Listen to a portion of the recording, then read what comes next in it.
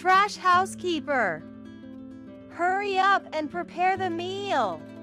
Instead of worrying about me as I collapsed from dizziness, my husband George shoved me away annoyingly and glared at me with irritation. As his attitude drained the color from my face, I slumped to the floor, leaning against it, while he started watching TV, ignoring me completely. Staring blankly at this unbelievable scene, someone suddenly appeared behind George, blurting out words of surprise to him. "Is that all you have to say?" Right after, George turned around to see who it was and his face turned pale with shock. "My name is Marie. I'm a 34-year-old housewife. I've been married to George, who is 5 years my senior, for almost 2 years now. These 2 years have been like living in hell." "What is this disgusting meal? Didn't you learn to cook from my mom?" For the first year of our marriage, I lived with his parents. It was, so to speak, training for marriage. George is an extreme mama's boy, and his mother, Catherine, was what you'd call a zealously educational mom. She was incredibly strict about manners, my rules. No talking back aloud. A perfect example of a parent whose behavior negatively influences their children. A woman should be this way, and it's only natural to respect your husband. A wife who can't prioritize her husband is just useless. Raised in such a family environment, George was looking for a wife like his mom, he murmured when we first got married. Unaware of all this, I was easily swayed by his sweet talk, resulting in a hellish marriage. "Marie, what I want for you is to be a devoted wife to George, supporting him. For that, I'll need to be tough on you, to raise you strictly. All of this is to ensure you two can live happily as a couple. Please bear with it." As Catherine declared, from the day we started living together, she used me like a servant. Doing chores was a given, and reading the room was a must. I had to wake up earlier than anyone in the family, and I wasn't allowed to rest until I had sent everyone off to work. I had to start eating after everyone else and finish before them, or I'd be lectured for an hour. Any slight difference in taste would result in being verbally beaten by Catherine and George. They successfully trained me to be a wife who wouldn't dare defy her husband. Now, I'm scared to even express my opinion to him. If he comes home in a low mood, I spend the mealtime trembling in fear. What part of this is a harmonious family life? Now, I only have doubts, but back then, I was completely disheartened and didn't even have the energy to think about it. It's like you can't do any household chores properly. What has your mother taught you? At this rate, it would be easier to train a stray cat. About a week after starting to live in my in-laws' house, Catherine's true nature began to show, and from that moment on, I was subjected to daily sarcastic comments. Cleaning the hallway with a rag was the norm. Not a speck of dust or dirt was allowed. It was natural to serve homemade food to your husband. No matter how hard it was, cutting corners was not allowed. To top it off, I was told to do the laundry by hand. Even though there was a perfectly good drum washing machine right in front of me, I was not allowed to use it. For a housewife who has time on her hands, seeking convenience is outrageous.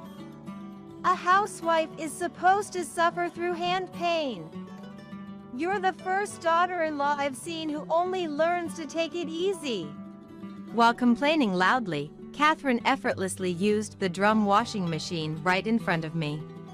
Unable to endure the overly harsh environment, I once cried to George for help, but he refused to listen to my concerns. How could you insult someone's mother like that? What kind of education did you receive to grow up into such a person? My family is perfect. Maybe it's your fault that mom has to discipline you so harshly? George never acknowledged any fault in his mother. Instead, he frequently misused the word discipline, as if he thought of me as no better than a dog or a cat. Mom is right. There's nothing wrong with what she says. It's like he's a follower. Completely brainwashed, he wouldn't even pretend to listen to me, settling everything with "it's all your fault."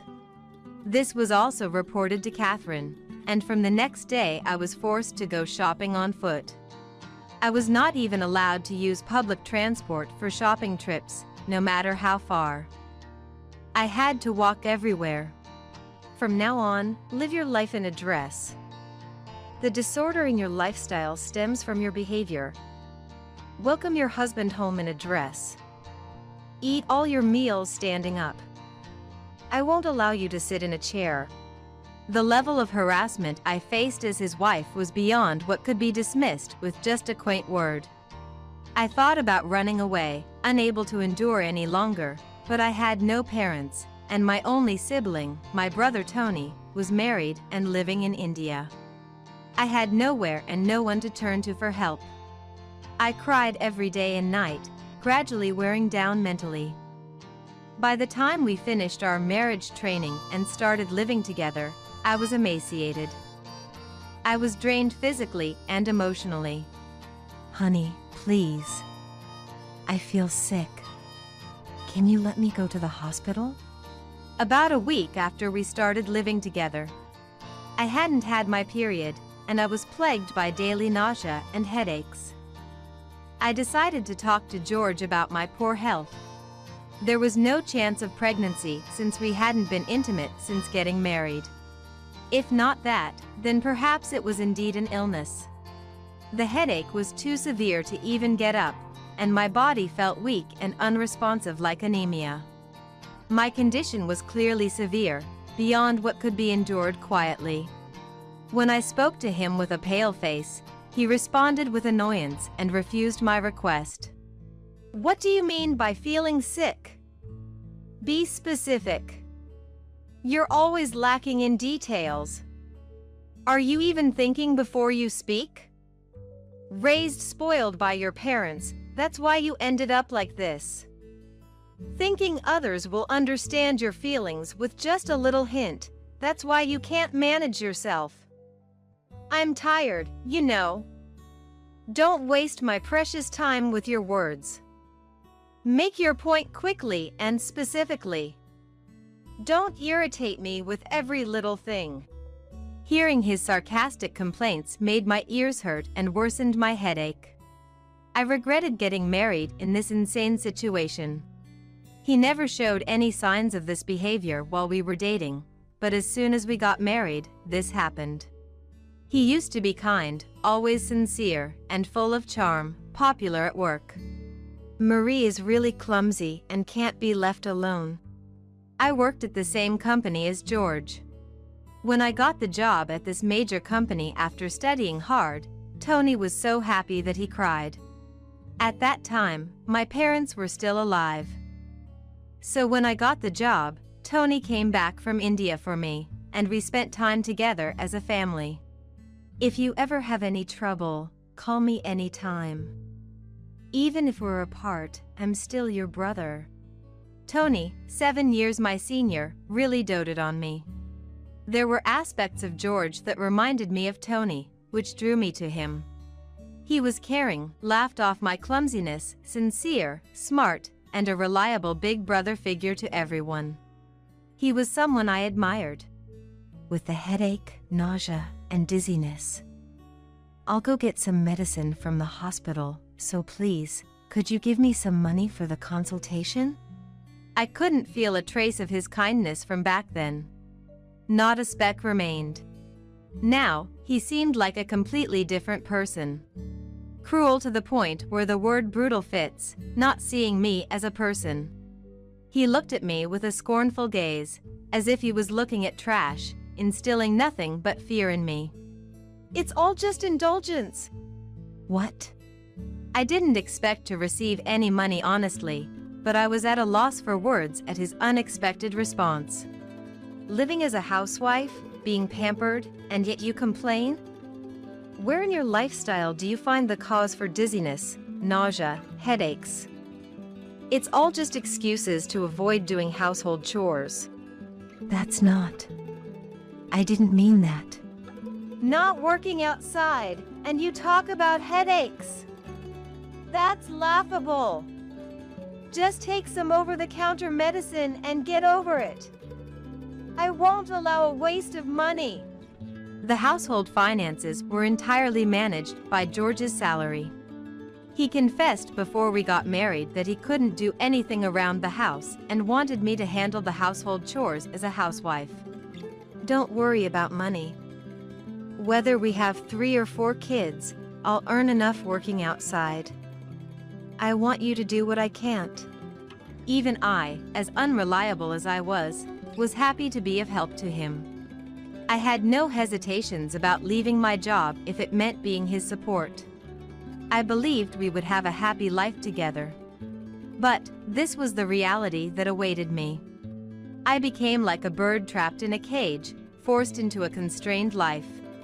Enough, someone, please help me. After George, who wouldn't even consider my illness, stormed out of the living room in anger, I collapsed on the spot and cried. I was overwhelmed by a ceaseless flow of sorrow, lacking the will to fight back. I wanted to disappear. If I had to stay here, I'd rather end my life. Mentally and physically cornered, I left the house without telling him, heading outside. Walking for a while, I unknowingly passed near where my childhood home used to be. Having run out barefoot, I realized my feet were in tatters. I couldn't walk any further. It was a slightly chilly autumn. I was lightly dressed, so the cold wind made me shiver. What would happen if I just let the cold take me? Could I find an easy way to the next world? As I collapsed in front of the empty house that used to be mine, I lay down on the ground. I couldn't think of anything. I didn't want to. I just wanted to disappear. That's when I heard it. Through my hazy consciousness, I heard someone calling me. Hey! Hold on! Open your eyes! Feeling a sense of nostalgia for the unknown voice, my consciousness faded away. I woke up to find myself lying on the bed. Having shone an unfamiliar ceiling and slowly opened my eyes to a warm room and the smell of delicious bread. As I tried to sit up and look around to grasp the situation. Awake now? A slightly older man who felt strangely familiar stood there. As I felt wary of this person I didn't recognize, he saw my fear and laughed heartily. What, you don't remember? Well, no surprise there. It's been over 20 years, after all. Hearing his cheerful laughter and words, a memory flashed in my mind. Could it be Mike? Spot on. Long time no see, Marie. I was passing by your family's old house and saw you collapsed. Seriously freaked me out. What were you doing there? Mike. My childhood friend and Tony's best friend, with whom I used to play until middle school. He moved away when we entered high school, and though we lost touch, he and Tony had remained in contact, and apparently, he had heard a lot about me. Now, he's the owner of a transport company and a father of 2. I never thought Mike would be here. I was visiting my grandma's grave with my family and decided to take a trip here. More importantly, what happened? You were so cold when I found you, I rushed you to my parents' house. Mike's wife, Lily, a nurse, had assessed my condition and decided it was safe for me to rest, so they took me to Mike's parents' house. There, he kindly listened to my situation. Lily stayed by my side, crying at the story of a stranger, and hugged me, saying how hard it must have been. Unforgivable. Someone who can't see others as people should be left immediately. I also want to escape that house. But I have no relatives or friends to turn to. Lily's words were exactly what I had been thinking. But she understood my situation as well. Tears flowed as I spoke of my hardships, and she was visibly troubled, searching for words. If you had a place to live and a job, would that solve the problem? Huh? Hearing our conversation, Mike suddenly asked this, leaving me puzzled, unsure of what he meant. Then, he made a call, and after finishing the conversation, he turned to me with a bright smile. "Marie, we will definitely help you out. So, you're leaving that house? I'll support you." Confused by what he meant, Mike showed me a reassuring smile, signaling he's got this. Little did I know at that moment, this would be the start of my fight back. After hearing my situation, Mike took me in until my condition stabilized. Lily called George, and probably because it was someone else intervening, he didn't try to forcefully take me back. Being away from George seemed to have stabilized me mentally, and my physical condition improved somewhat. However, Lily strongly suggested I visit a hospital. "Marie tends to endure too much, thinking you can handle it, but don't underestimate the illnesses that come from mental stress. Once this is all settled, we must go to the hospital. I'll come with you." Her genuine concern was evident, and I gratefully accepted her kindness, prioritizing my rest for the time being. A week passed, and Mike said everything was ready, suggesting we go back to my house once. "If anything happens, call me right away. I have my mobile phone." "Mike, thank you for everything." Encouraged by his dependable words, I decided to return home. Mike accompanied me to the entrance, where George, flustered, welcomed us. "Marie, are you okay? How's your health? Anything wrong?" George, unlike his usual stern self, seemed to be playing the devoted husband, concerned for my well-being. His drastically changed demeanor filled me with fear. He hugged me as if to take me away from Mike, letting out a sigh of relief. "Marie, I was wrong. I failed to empathize with your suffering, and I'm responsible for the pain I caused. I'm truly sorry. Thank you for coming back." Frozen by his unexpected words, I met Mike's gaze, who silently mouthed "Be strong" to me before discreetly leaving so as not to arouse George's suspicion. Once Mike was out of sight, George stepped back and, ruffling his hair in frustration, let out a big sigh. "You know what you've done, right?" His words, muttered with annoyance, froze me with fear.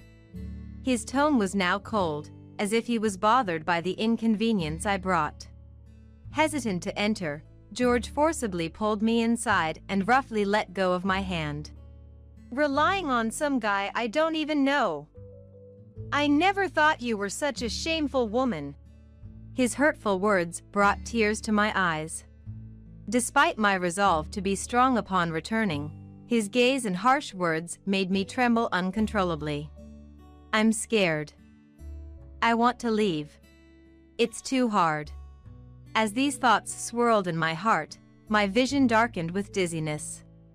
As I leaned on him, about to fall, he pushed me away in disgust, spitting out words with annoyance. "Stop with the act. I don't even want to touch someone as filthy as you." Pushed by him, I stumbled against the wall and collapsed in the hallway.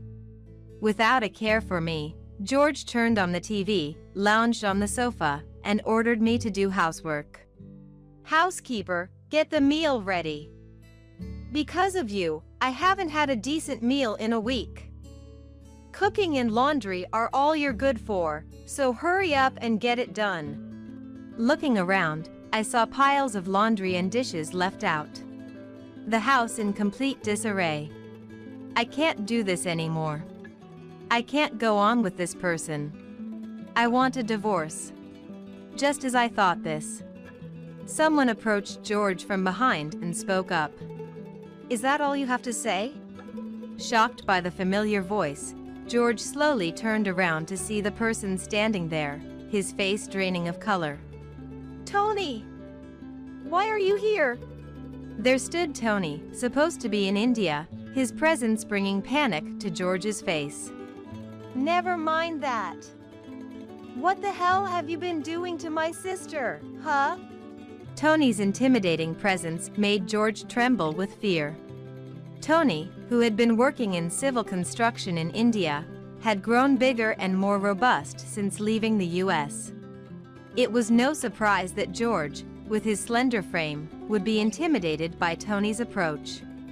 Especially considering Tony's disdain for people who behave inhumanely. George's actions were unforgivable in Tony's eyes, making his anger entirely justified. No, well, I was just educating my wife or guiding her. Huh, I never knew that pushing a sick woman was part of educating your wife. George desperately tried to justify his actions. At that moment, Mike, who had supposedly left, peeked into the living room, flashing a refreshing smile and addressed George. What are you doing here? How did you get in? How? The door was unlocked. You have to check these things. Even with autolock, it won't work if the door isn't properly closed. What he pulled out was a thin handkerchief, stained as if it had been wedged in something. No way! When you hugged me, I dropped it on the floor so the door wouldn't close. That way, Mike and the others could easily get into the house later. Supported by Lily, I managed to stand up, despite feeling dizzy.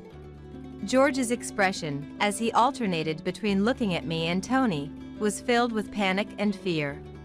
Realizing the trick Mike and I had used to enter and that this had been planned from the start left George in shock. He had always left security concerns to me, so it was clear he wouldn't have checked the lock himself, assuming the door would lock automatically. He never worried about it, which was easy to predict. I've heard all about it from Marie and Mike. You seem to have taken good care of my sister while I was in India. I've recorded this entire conversation. Marie has been meticulously keeping a diary of everything, and we've recorded all texts and calls from you. All of it has been submitted to a lawyer. We'll be demanding compensation for everything, including Marie's health issues. From now on, you'll deal with a lawyer regarding the divorce. Don't you dare come near our family ever again. Everyone glared at George, protecting me and ensuring he had no allies. Tony spoke for me, preventing George's sweet words from swaying me. Hearing the word divorce, George became frantic, reaching out to cling to me. Wait. Please reconsider the divorce. I can't live without Marie. I need her to survive. George desperately tried to portray himself as pitiful. It was clear he needed me for various reasons, but his words no longer reached me. His true intention was to use me, to live comfortably at my expense, and to vent his frustrations on me. I knew what his sweet words really meant, and I wouldn't be fooled again. Mike and Tony bravely intervened to stop George's desperate attempts to win me back.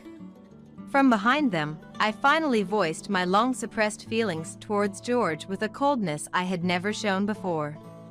With you, I never had a moment of happiness in our marriage. It was a daily struggle, thinking only of escaping. Who would want to stay in such a home? I want nothing to do with you from now on. Don't you dare come near me or my loved ones ever again.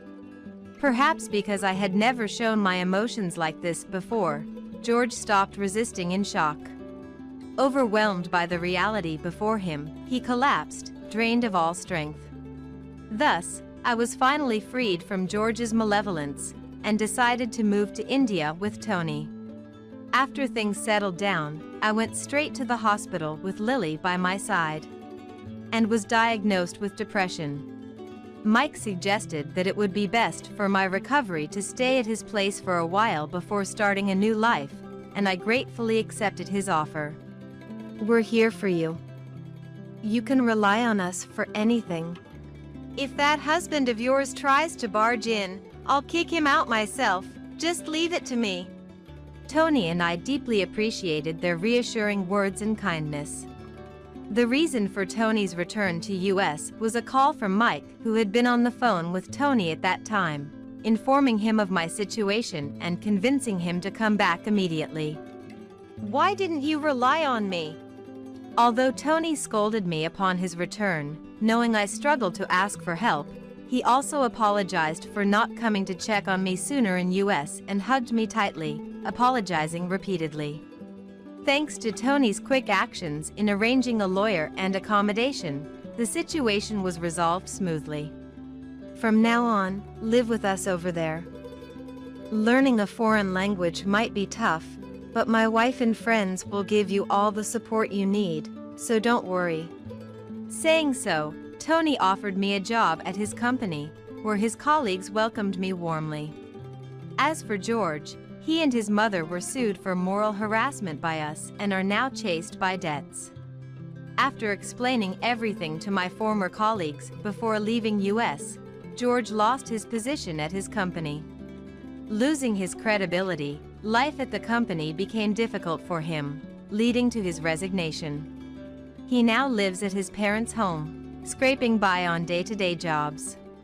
He sent me a letter of apology which said the incident taught him that bad actions come back to haunt you. But of course, I couldn't trust his words and made sure to receive compensation from him. My long-living health finally came to an end.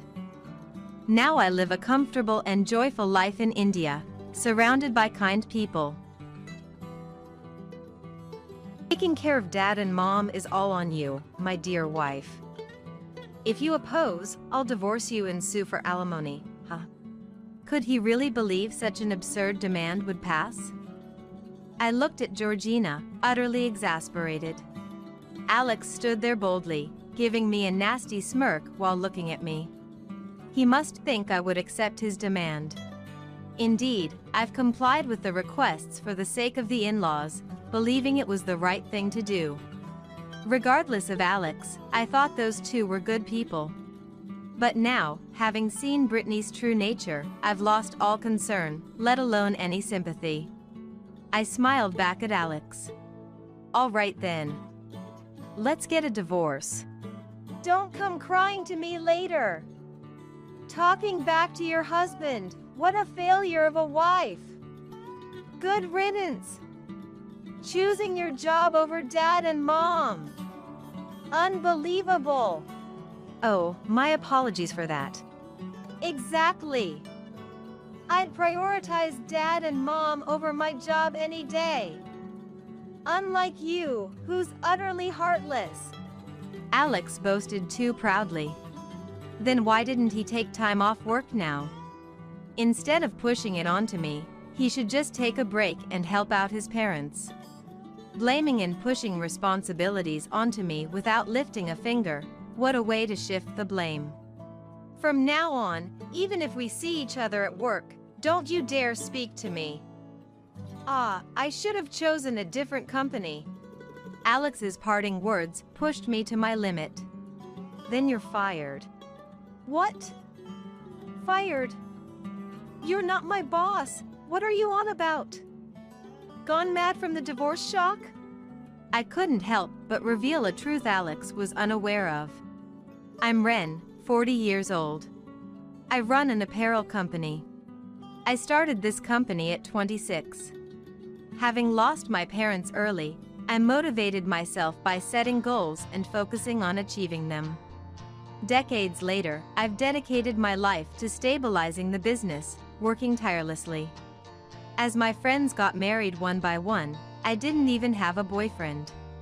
There was no time to play. I traveled for work, both domestically and internationally. There were years I don't recall taking any time off. Surrounded by relatives and acquaintances, I was often met with veiled criticism disguised as concern. Aren't you going to run out of time to have children if you don't hurry up? Is work really that enjoyable for you? Don't you get lonely? Arguing back would only invite more nagging. So, I took to leaving those situations with a forced smile as quickly as possible. All the effort I poured into my life paid off, and the company's performance steadily improved. Finally, I could afford to take regular breaks and had the luxury to enjoy my personal life. By this time, I was already 38 years old. At this point, I wasn't particularly keen on marriage, but the idea of having a good partner was appealing. That's when I met my husband, Alex. Our meeting was sparked by a soccer game. Suggested by a subordinate, I went to watch a game on a whim and met Alex there, cheering for the same team, and we hit it off. After attending a few games together, we started going out, and then he asked me out. Alex was the same age as me, but seemed remarkably youthful. He had many hobbies, from baseball to video games, manga, and golf, dragging me along to all sorts of activities. Having never really had time to play before, my time with Alex was incredibly exciting and fun. Being my first boyfriend at 38, I was honestly quite thrilled. One day, Alex broached the subject. "Would you meet my parents?" If I'm going to marry someone, it's going to be Ren. That's why I want to properly introduce you to them. This was about 2 months into our relationship. Caught off guard, I couldn't refuse, always looking forward to the fun times with Alex. Things went smoothly, and a week later, we visited Alex's parents' house. Oh my! To be dating such a lovely person, my son is a lucky man. Indeed. What a wonderful young lady. And for Alex to introduce a girlfriend to us, that's a first. He must be really smitten. Warm and welcoming, Alex's parents showered me with compliments, leaving me flattered and embarrassed throughout the visit. Alex, sitting next to me, smugly commented, "Right? A catch at 38. Right? A catch at 38. Though crudely put, it seemed meant as a compliment in Alex's way. With such wonderful parents, I felt we could have a good relationship after marriage. I was relieved the meeting went well. However, I was slightly concerned that Alex referred to his parents as mom and dad. A calling I hadn't often heard from adult men in my circles, which initially surprised me. But considering the differences in each family, I decided not to dwell on it negatively. Alex seemed to have a good relationship with his parents, often praising his mother excessively. While endearing, some aspects felt off-putting at times. Like when the conversation turned to cooking. "What kind of dishes do you excel at, Ren?" "I wouldn't say I excel, but I often cook Western-style meals." At this, Alex enthusiastically chimed in. Right. She makes steak a lot. They're edible, but when compared to Mom's cooking. Oh, that's a great idea. Why don't you teach her your recipes? I understood the comfort of familiar tastes. But his wording left me feeling complex. Unperturbed by my feelings, Alex's mother was delighted. Well then, I must compile a notebook for Alex's sake. She was enjoying herself. As we were about to leave, a shocking truth came to light. "When are you two getting married?" asked by Alex's mother. Alex casually replied, causing me to be taken aback. "I'd marry her right now if I could. It'd make life easier, especially since part-time work doesn't pay much." Part-time? Indeed, when I first met Alex and inquired about his job, he vaguely mentioned something like sales. I too had been vague about my job, saying only something in apparel, as we were still just getting to know each other. Everyone has things they'd rather not discuss. I figured we could talk about it more once we got a bit closer. I had completely forgotten about it, never imagining he was working part-time. Stunned, Alex explained with a frustrated look. What's with that face? Thinking even at 38? But, you see, there's a good reason for this. Turns out, Alex's mother has always been frail and prone to sickness. Then, 2 years ago, his father fell ill and needed care. Alex, who was working in sales at a steel company at the time, quit to take care of his father, switching to a more flexible part-time job. Mom alone would have a hard time, right? I just wanted to be there for my parents. I thought it'd be fine to stay part-time for that reason. Alex glanced at his parents and nodded. Recently, both Mom and Dad have been in good health, so I'm thinking of getting a full-time job again. I gotta work hard if I'm going to marry Ren. Hearing about the part-time work, I felt ashamed of my disappointment. Alex had simply prioritized his parents over his job. What a kind and warm person he is. And now, he's thinking of what's best for me. After our conversation, I thought for a moment and then made Alex an offer. If you're interested, why don't you apply to my company? Eh? Work at the same company as Ren? Yeah. It's a bit different, but you were in sales before, right? We're actually looking for sales staff right now. I meant well with my suggestion, but Alex visibly grimaced. I'd rather work somewhere I can earn more. I want to make Mom feel secure. Did he think I wasn't earning enough? I explained more about our company. Showing him job listings, I pointed out the salary and holidays, along with other benefits. Alex, who had been skeptically browsing the site, gradually warmed up to the idea. This might not be too bad after all. And so, he applied to a position at my company. Fortunately, we were looking to significantly expand our sales department, so Georgina was hired. Pressured somewhat by his parents, we registered our marriage. Who would have thought we'd end up working at the same company? Indeed. By the way, which department are you in? It seems Alex still thought of it as just the company I work for, not realizing I'm the owner.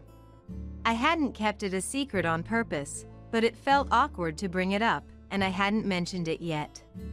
This seemed like a good opportunity, so, with a nervous heart, I was about to reveal the truth. Actually, Alex cut me off with an unexpected remark. Well, it doesn't matter. I'll probably quit eventually anyway. Eh? Quit. What did he mean by that? A bad feeling washed over me. Alex glanced at me and laughed, a smile I hadn't seen before. It scared me. What? You got a problem? No, it's not a complaint, but what do you mean? I'm not planning to quit my job now. Oh, unless we have kids. But my company offers maternity and paternity leave. Kids are out of the question.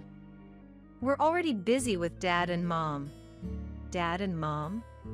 As I tilted my head, Alex mimicked me mockingly. Yeah, my parents. Didn't I say they need care? Rosalind? I heard, but you said they've been doing well lately. That's why you re-entered the workforce, right? Even if they're doing well, they're still elderly, aren't they? Aren't you worried at all? Or what? As a wife, are you planning to shirk that responsibility? I couldn't grasp what Alex was trying to say, feeling bewildered. I needed to clear my head and sort things out. Alex was trying to push the responsibility of caregiving onto me. And from how he spoke, it seemed he eventually planned to have me quit my job to prioritize caregiving. I'm not saying you should quit right away. Having 2 incomes helps financially. For now, just come back to the family home with me on our days off. What is that supposed to mean? I wasn't completely unprepared for the caregiving conversation. I had intended to help out, and I had thought that I could be of assistance in the future. But I never imagined being expected to return to my in-laws' house every holiday, eventually being burdened with caregiving responsibilities. What surprised me most was Alex's attitude. Before marriage, he was positive and reliable, but he changed drastically as soon as we got married. Is this person really Alex? I didn't want to believe it. This isn't the person I wanted to marry.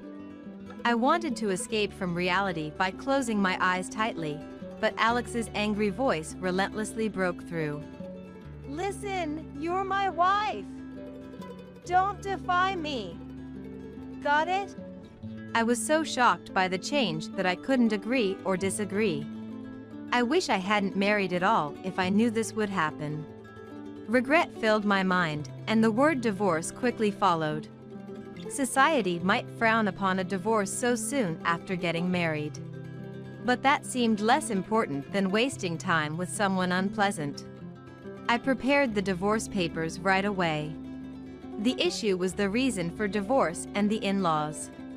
The reason for divorce could be managed somehow. If necessary, I could even involve a lawyer. But the in-laws were a bigger concern. As Alex declared, we started visiting his parents' house on our days off. I was reluctant to go because Alex treated me poorly. But his parents were overjoyed every time we visited. I'm sorry for making you come here on your day off. No, it's okay. Brittany, teary-eyed with joy, made it impossible for me to rudely decline their hospitality. Every visit, they prepared my favorite sweets, telling me how much they appreciated it. Though I disliked being controlled by Alex, seeing Brittany happy made it difficult to bring up divorce, and time passed. By 2 months into our marriage, Georgina and I had started visiting his family home separately. Our days off just didn't align anymore. Initially, I had forced myself to adjust to Alex's schedule. Meanwhile, I had kept it a secret that I was the president of the company. The Alex before our marriage might have been fine, but revealing this to the current Alex would only invite trouble. Although it would be easy to find out if he looked into it, luckily, Alex seemed oblivious. Alex was a source of concern both as a husband and as an employee, causing numerous problems at work. I wanted to resolve the issues at work quickly and get a divorce. But what about Brittany? Despite everything, I didn't want to upset them. Torn, I headed to my in-laws' house as usual.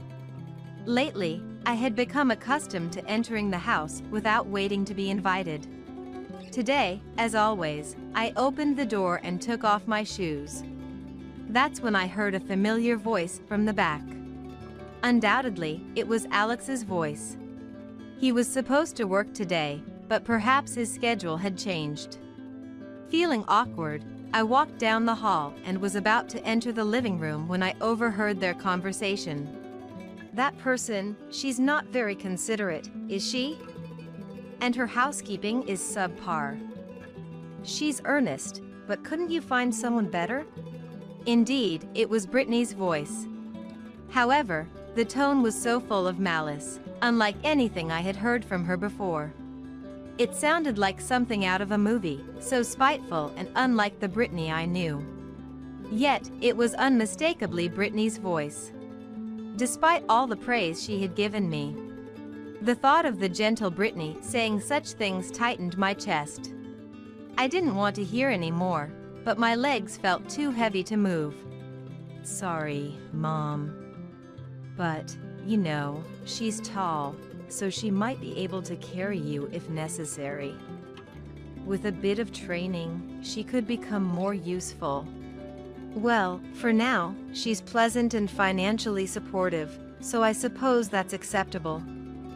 We're hoping for potential, I guess. Alex and Brittany were laughing carelessly as they spoke. As I listened, my heart pounded with the realization that they were talking about me. Georgina's constant complaints were one thing, but I was shocked to discover Brittany's hidden side. Brittany, who always seemed so grateful, who would lower their head in thanks repeatedly, making me feel almost guilty. We shared laughs over snacks and meals I had cooked. Regardless of Alex's intentions, I thought I had a good relationship with Brittany.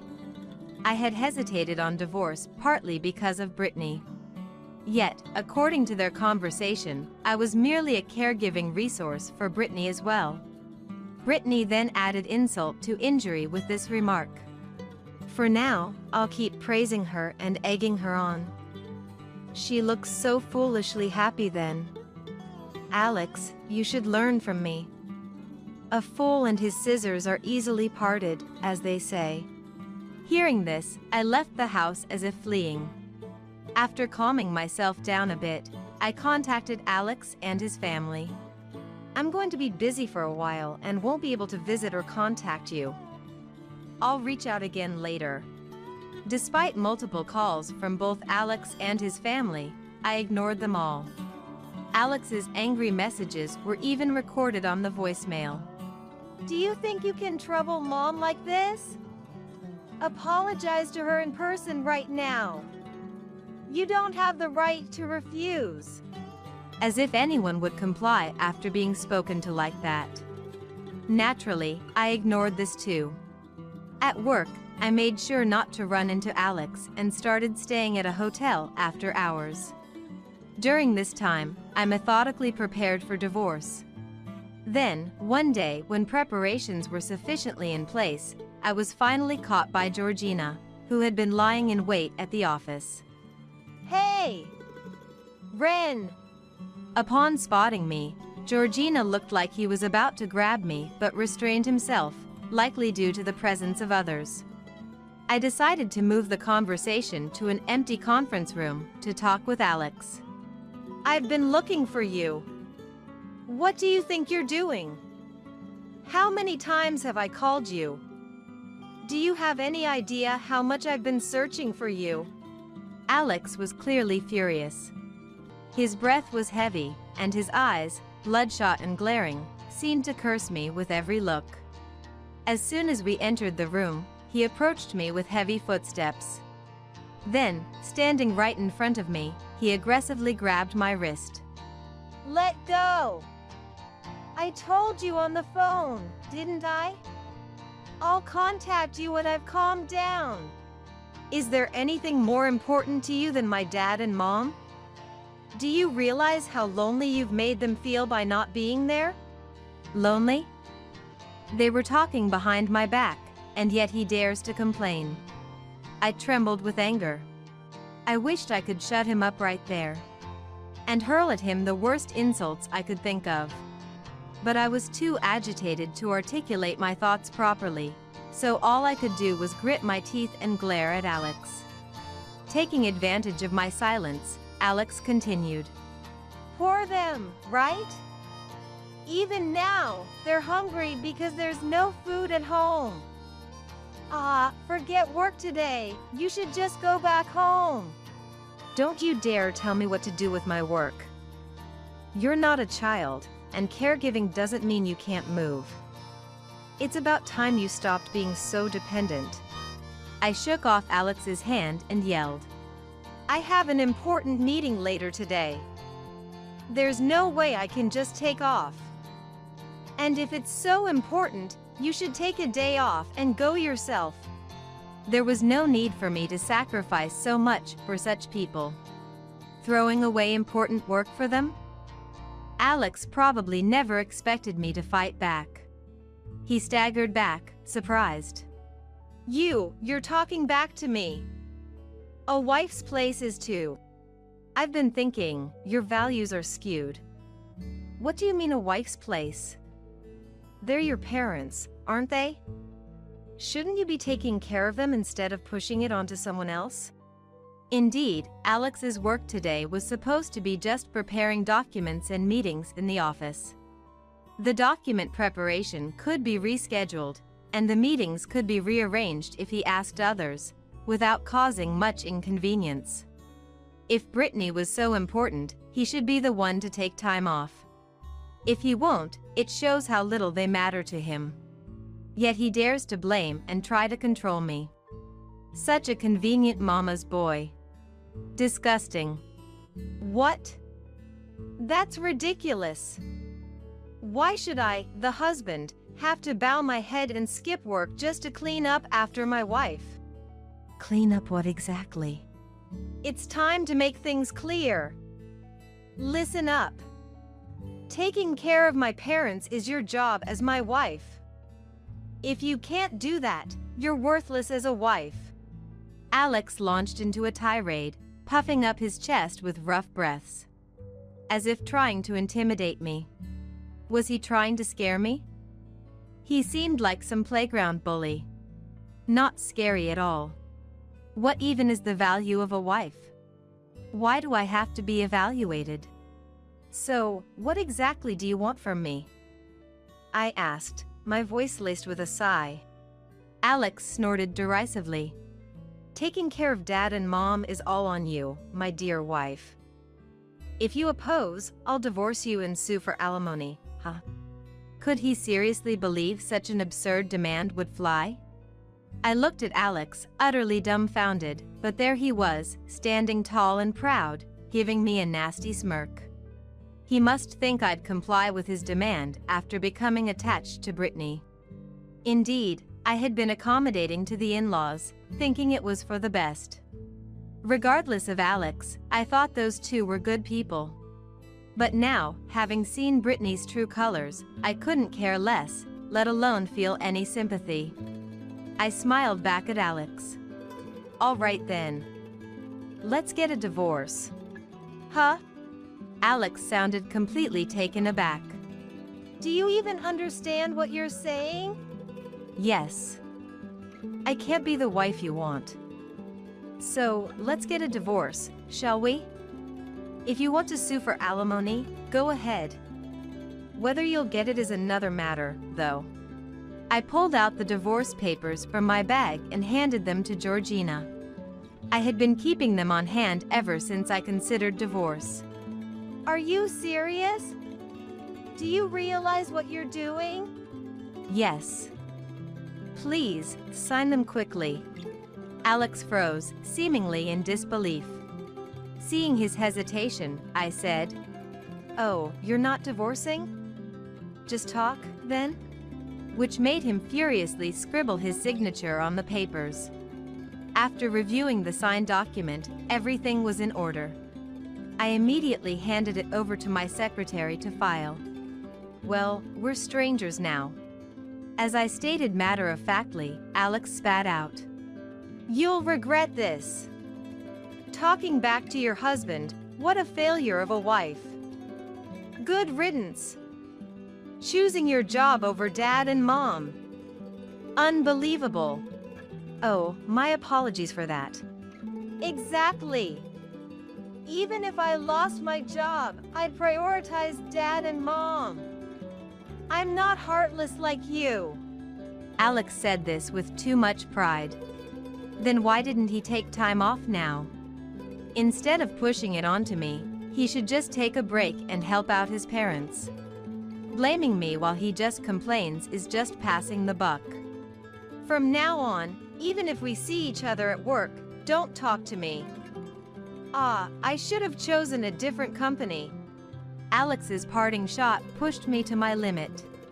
Then you're fired. I believe it was the coldest voice I've ever used. Alex stopped in his tracks and turned around and puzzled. Huh? Dismissed? You're not my boss. Have you gone mad from the divorce shock? Alex laughed, perhaps thinking it was a joke. I sighed softly and fixed my gaze on Georgina. When our eyes met, Alex flinched, looking at me, anxiously, bracing for what was to come. I inhaled deeply and spoke calmly. The funny one is you. You don't even recognize the face of your own company's president? Huh? No, that can't be. Alex's mouth twitched as he pulled out his smartphone and started searching. As he stared at the screen, the color drained from his face. He must have finally realized who I was. You're the president of this company? Finally caught on, have you? Alex knelt down and bowed his head to me, his voice trembling pitifully. It's not like that, Ren. I didn't know. Not know?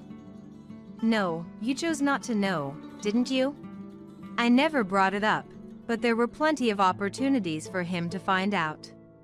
A simple search on his phone would have revealed my name, if not my photo. It was typical of Alex. He probably never had any interest. A man without particular concern for the content of his work, focusing solely on income and time off. That's why his work performance has always been subpar.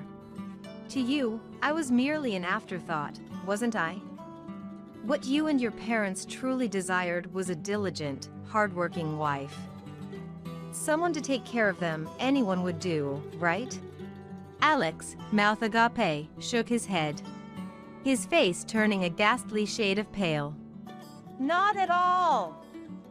Had I known you were the president, I would never have expected you to shoulder the caregiving. I would have taken care of Dad and Mom myself, allowing you to concentrate on your work. With sufficient funds, one could easily hire assistants. You'd have me earn while outsourcing caregiving to professionals, and you'd merely enjoy life, right? Alex, with a faint smile, whispered, I wouldn't do something so terrible. Indeed, had Alex navigated things more adeptly, such a future might have been attainable. Had he proposed this before I discovered his parents' true nature, I would have agreed without hesitation. I'll earn so you can dedicate yourself to caregiving. I believe he would have sincerely said that. If Alex and his parents not shown their true colors after marriage, such a future could have been plausible. He squandered that opportunity by his own doing. Alex looked up at me, eyes seemingly moist, with a plea. Please, Ren! Can't we start over? We had good times, didn't we? Let's visit all those places again. True, you always took me to places I never knew. Every place you took me was indeed fun. A glimmer of hope shone in Alex's face. Right? So, if that's the case. However, that was merely you donning a mask to get married. Life with you post-marriage was profoundly disappointing. That is. I wonder if the divorce papers have been processed by now. Well, I must prepare for a meeting. Regarding the dismissal, I'll contact you later. You may leave for today. I packed my belongings, waved flippantly at Alex, and reached for the door. But before I could open it, Alex grasped my left hand. Turning around, I faced Alex's glare. I glared back and simply asked, Anything else? Anything else? This isn't over. Suddenly deciding on a divorce, then revealing you're the president, and now a dismissal. I can't just accept this. It's all too arbitrary on your part. The divorce was initiated by you. You didn't expect me to agree to it. Moreover, you should have properly informed me that you were the president. It appears Alex had planned to use the divorce as leverage to control me. The revelation of my presidency must have been a shock to him. Blaming others and shirking responsibility onto his wife. Such actions are unbecoming of an adult. It's absurd that I had to set everything up for him, yet he never questioned it. He's always lived by blaming others. I'm at a loss for words from sheer disbelief. Alex is grinding his back teeth, seemingly regretting letting go of his financial support, but that's not my concern. Isn't that too self-serving? Blaming me for your lack of planning and ignorance isn't fair, I said, causing Alex's face to flush red as he yelled back in a strained voice. Coward! How can the president of such a large company justify firing an employee for personal gain? That's unacceptable. Such tyranny won't be tolerated. Alex postured as if he had the moral high ground. His thinking is too immature. Always believing he's in the right. Can he not comprehend what's been said? I couldn't help but hold my head in my hands. Seeing me like this, Alex, thinking he had won, smirked triumphantly. See? I hit the nail on the head. Should I bring this to light? You'd be the one in trouble. I'm astounded by your foolishness. If it comes out, you're the one who'll suffer. What are you talking about? I cut Alex off, listing names. General Affairs Hoyt, Sales Gracelyn, Winter, and Accounting's Paisley. Who else was there? When I asked Alex, he began sweating profusely and looking away. What? What are you talking about? You know very well. I just named female employees you've been persistently harassing. They've come to me seeking help. Most employees don't know Alex is my husband. Only my secretary is aware. Among them, I received complaints like, "I'm troubled by the constant invitations from sales Alex." At first, I doubted my ears. My own husband was hitting on multiple young female employees. And despite their rejections, he kept coming back.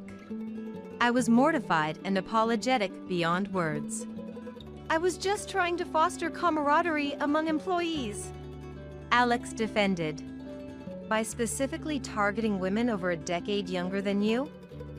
And inviting them to hotels? What kind of camaraderie were you trying to build? There were messages sent from Alex to these women, undeniable proof. No matter what Alex said, there was no escaping it. You're not only underperforming, but you're also a nuisance to others. It's my job as president to remove those who are detrimental to the company, isn't it? But that's right. And from accounting, there's a report that you might be fudging expenses. What about that? Surely, you wouldn't stoop so low, would you? Alex averted his eyes and fell silent. Regrettably, it seems that was true as well. A mama's boy, a womanizer, and on top of that, a miser. Moreover, to think he caused trouble not just for me but for others too, it's disappointing not just as a husband but as a person. I'm disillusioned by my lack of judgment in not seeing him for what he was. Feeling inept for not having seen through such a person. I'll make sure all suspicions are cleared up before proceeding with the dismissal, so rest assured. Well, I'm leaving now. You better get along with your parents back home. Alex collapsed on the spot. Slumped over, muttering something under his breath. He must have realized it was all too late. Even as I reached for the door, Alex, now devoid of energy, didn't say anything more, and I left the room. Upon further investigation, all suspicions against Alex were confirmed. After making Alex apologize to the affected female employees, he resigned voluntarily, taking responsibility. Now jobless, Alex returned to live with his parents at home. A while later, he attempted to start working again part-time, but then something unexpected happened to Alex. Until now, though former Rosalind needed care, former Brittany was essentially able to manage daily tasks on her own. Thanks to this, Alex only had to help out occasionally. However, former Brittany has recently started showing signs of dementia, including instances of wandering at night. A father who physically requires care and a mother who is usually fine but occasionally shows symptoms of dementia. I just can't find peace anymore. We're running out of money too. Please help. I received a plea for help from Alex, indicating he was at his limit. If our divorce had been amicable and there were no hard feelings towards my former in-laws, I might have been inclined to help. But these were the people who had looked down on me as nothing more than a caregiver. There's no room for sympathy. It sounds tough, but I'm afraid I cannot offer any assistance. Furthermore, as we are now strangers, I kindly ask that you refrain from contacting me further. Depending on the situation, I may have to take appropriate actions. After conveying this, I no longer received any messages from Alex. After divorcing Alex, I had decided I was done with marriage and resolved to live alone. However, just when I had settled on this, someone I had known for many years through work confessed his feelings to me. The trauma from Alex made me consider declining, but knowing this person's sincerity from our long acquaintance, I gratefully accepted the offer to start dating. Whether this will lead to marriage, I'm uncertain, and part of me doubts, fearing a change post-marriage, but this person is the most gentle individual I've ever met. Moreover, since he is also a business owner, we can share and understand each other's work. Unlike with Alex, he truly feels like a partner should. If I can spend the future with him, this happiness I feel now will surely continue. Hoping for such a future, I continue to work hard today. Stay away from the graduation, okay? If a dull woman like you shows up, you'll be the laughingstock of everyone. It's my moment to shine. Don't you dare come. I felt dizzy at Renly's words about becoming the laughingstock of everyone. It was clear now, Renly didn't consider me family. To Renly, I was just an embarrassment. Hey, where are you right now? The moment I pressed the call button, Renly's grating voice pierced my ears. Renly's tone was fast, laced with panic. It seemed she was in a state of panic. Leaving a note like that? Do you think it's okay? Where are you? Come back right now. I could also hear Oliver's voice. Both of them were frantically worried. My name is Evelyn, a 39-year-old housewife. While working part-time in a local real estate office, I've been taking care of our daughter Renly and managing the household chores for over a decade. I married Oliver 12 years ago.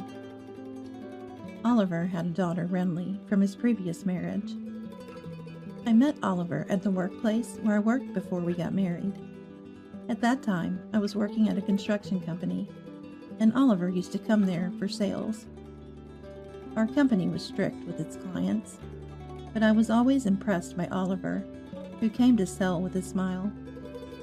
I once recommended Oliver's products to my company. I wanted to be of help to Oliver. As a result, Oliver's company was chosen. That led to us going out for meals several times, getting into a serious relationship, and him proposing. I happily accepted his proposal and started preparing for the wedding after resigning from my job. When the wedding was just around the corner, Oliver revealed that he was living alone with his 6-year-old daughter. At first, I thought it was a lie. It wasn't something I could believe immediately, but the story was true. I met Renly a week before the wedding. Renly, perhaps shy, hid behind Oliver and didn't come out in front of me. That's when I made up my mind. For Renly, let's live together. I decided to make Renly a respectable adult. Until high school graduation, I'll properly take care of Renly. I didn't fully understand why I thought so, but I couldn't forget the anxious look peeking out from under Renly. Having made up my mind, I decided to marry Oliver. It was my first marriage, and my family, especially my father, Anthony, strongly opposed it, calling it foolish and nonsensical. Despite their objections, I went ahead with the marriage. If only I had listened to my parents then, I might have avoided the ordeal that was about to begin. Now, 12 years into this marriage, Renly has turned 18. She's about to graduate from high school this year. It should be a moment of joy, but I couldn't bring myself to feel happy. The thought I had when I decided to marry, to raise her to be a respectable adult, kept crossing my mind. Hey, where's my t-shirt? Where did you put it? Don't tell me you stole it. Just 2 years after we started living together, Renly began to treat me harshly. She used to be kind in the beginning. Even though she was getting used to me, one day she started hurling abuse and became rough in her behavior. Is this the t-shirt you're looking for? I pulled it out from the laundry I was folding and handed it to Renly. Why did you wash this? What if it shrinks? You're supposed to dry clean it, aren't you? You're so clueless. Seriously, so clumsy. I had hand washed and air dried the t-shirt, thinking the fabric might get damaged at the dry cleaners. But I couldn't say that to Renly, and all I could respond with was, "I'm sorry." Renly snatched it from my hands, and leaving behind a cutting remark, "You're really useless," she walked away. Her words were sharp, piercing through my heart. I couldn't retort, only bowing my head. I couldn't understand why Renly had become so rough towards me. Initially, I thought she was being teased about her father's remarriage, but it seemed that wasn't the case. Around the same time, Oliver's attitude began to change. He used to be as smiley as when he was doing sales, but recently he stopped smiling at home and often seemed grumpy. And he started being harsh towards me. As if mirroring Oliver's behavior, Renly's attitude towards me also changed. I thought maybe I was lacking in some way, so I made sure not to slack off with the household chores and kept a close watch on Renly. I wanted her to grow up to be a respectable adult. But contrary to my wishes, Renly's attitude only got worse day by day. She stopped saying thank you to me. What was strange was during parent-teacher meetings in elementary school, the teachers said Renly's behavior in class was normal, and she wasn't rough at all. Oliver, too, seemed to talk to Renly normally. Sometimes he even showed a smile. So it seemed that this terrible attitude was reserved only for me. And that realization hurt me even more. I couldn't even discuss it with Oliver. He had become distant and a completely different person from before. I had no one to turn to. With a heavy and dark weight in my heart, I continued with my life, becoming increasingly isolated within my home. My isolation in the house only got worse. After middle school, Renly stopped sharing anything about school with me, and Oliver was the only one attending all the events. I would find out about sports days and cultural festivals from the neighbors. Oliver and Renly seemed to be getting along well, often going out together. I too wanted to be treated as family by Oliver and Renly. I had always hoped we would live together happily. But the reality that this wish would never be fulfilled was unbearably painful. And Oliver's behavior towards me kept growing worse. "Dust is piling up on the stairs. Clean it up. You're the housewife, aren't you? We're running low on toilet paper. Are you even cleaning the bathroom? And you're really clumsy." I would often receive such remarks from Oliver. Initially, when we got married, he shared household chores. Oliver, who had been living with Renly, used to do housework. He was initially happy that we could share the household chores, but now I was the one doing all the work. Even though Oliver used to say it was absurd for the housewife to do all the chores. Though Renly was an easy child, it somehow worked against me, making me feel inadequate and depressed. When I tried discussing it with Oliver, he would dismiss it, saying, "You're not trying hard enough." It was always somehow my fault. So the more I tried to discuss it with Oliver, the heavier the gloom in my heart became. He would nitpick on my household mishaps, nagging and blaming me. "You can't even clean properly. Haven't you learned anything after all these years? Do you lack the ability to learn?" Oliver would look down on me with disdain. All I could do was apologize. I'm sorry, I'll try harder. Please forgive me." Oliver would sigh exaggeratedly, as if it was all too much. "Trying hard doesn't mean you can do it. That's why you're always getting scolded. You always say you'll do it, but have you ever actually accomplished anything?" Oliver's words kept chipping away at my heart. As time passed, my heart grew weary, and Renly turned 18. I was curious about Renly's future plans, but she wouldn't tell me, and Oliver wouldn't talk about it either. By this time, I had stopped talking to Oliver and Renly about anything but absolutely necessary matters. I happened to overhear Renly and Oliver talking about our future plans after graduation. I didn't mean to eavesdrop, but I wanted to know, so I stopped and listened until the end. It's settled. I got into college with a recommendation, and I even got a scholarship. It's all thanks to you, Dad. Thank you. Renly's happy voice was something she would never use with me. That's great. It's all the result of your hard work. All those chores we dumped on that clumsy housekeeper paid off. I couldn't believe it. Was the housekeeper they were referring to me? Yeah, it was a good outlet for my stress.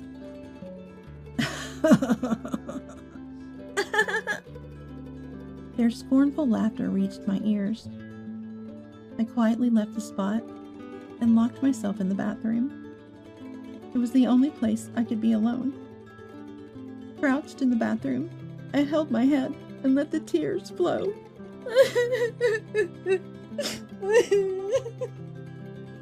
To be thought of in such a way by Oliver and Renly, I'd endured the last 10 years. No matter how close my heart came to breaking, I continued being Renly's mother and Oliver's wife. Even when my heart screamed out in agony and felt at its limit, I somehow managed to persevere. There were times I felt I couldn't get up, but I forced myself to, preparing lunches, making breakfast, and managing household chores like laundry and cleaning. Truth be told, I wanted to just lie down and never get up. But if I did that, I feared I would never be needed by Oliver and Renly again. That fear kept me going. I spent my days in exhaustion. Honestly, I barely remember that time. One day after going shopping, a neighbor told me something shocking. Tomorrow was Renly's high school graduation. Unable to admit I didn't know, I just smiled vaguely and left. As soon as I got home, I collapsed onto the sofa. I had always thought of raising Renly to be a respectable adult. High school graduation was supposed to be a milestone in that process. Yet again, I was the one left out. In this house, I was forbidden from having a mobile phone or using a computer. All I had was an old cell phone that could only make calls. All communication with the school was handled by Oliver, so I didn't even have what you'd call mom friends. I had absolutely no way to get information about the school. Still, I learned about sports days and concerts from neighbors or children's conversations after school, and secretly attended. I wanted to properly attend the high school graduation and celebrate Renly's transition into adulthood. While I was crying on the sofa, Renly returned from school. What are you doing slumped there? It's so dark. You're making the whole house gloomy. Can't you do something about it? Renly glared at me, even though it was Renly's fault. If Renly had told me the date of her graduation, I wouldn't feel like this. For the first time, I felt anger slowly rising from the depths of my heart. So, I hear your graduation is tomorrow. You didn't bother to tell me, though. I was about to say this, placing my words with a sense of blame. Renly seemed suddenly taken aback to my defiant words, but then she exaggeratedly sighed, as if to cover it up. So what? You're not coming to the graduation anyway, so why does the date matter? I responded to Renly's words by tilting my head in feigned confusion. I never said I wasn't going to the graduation. Don't come. If a drab woman like you shows up, you'll be the laughingstock of everyone. It's my moment to shine. Don't you dare come. I felt dizzy at Renly's words about becoming the laughingstock of everyone. Indeed, Renly didn't consider me family. To Renly, I was just an embarrassment.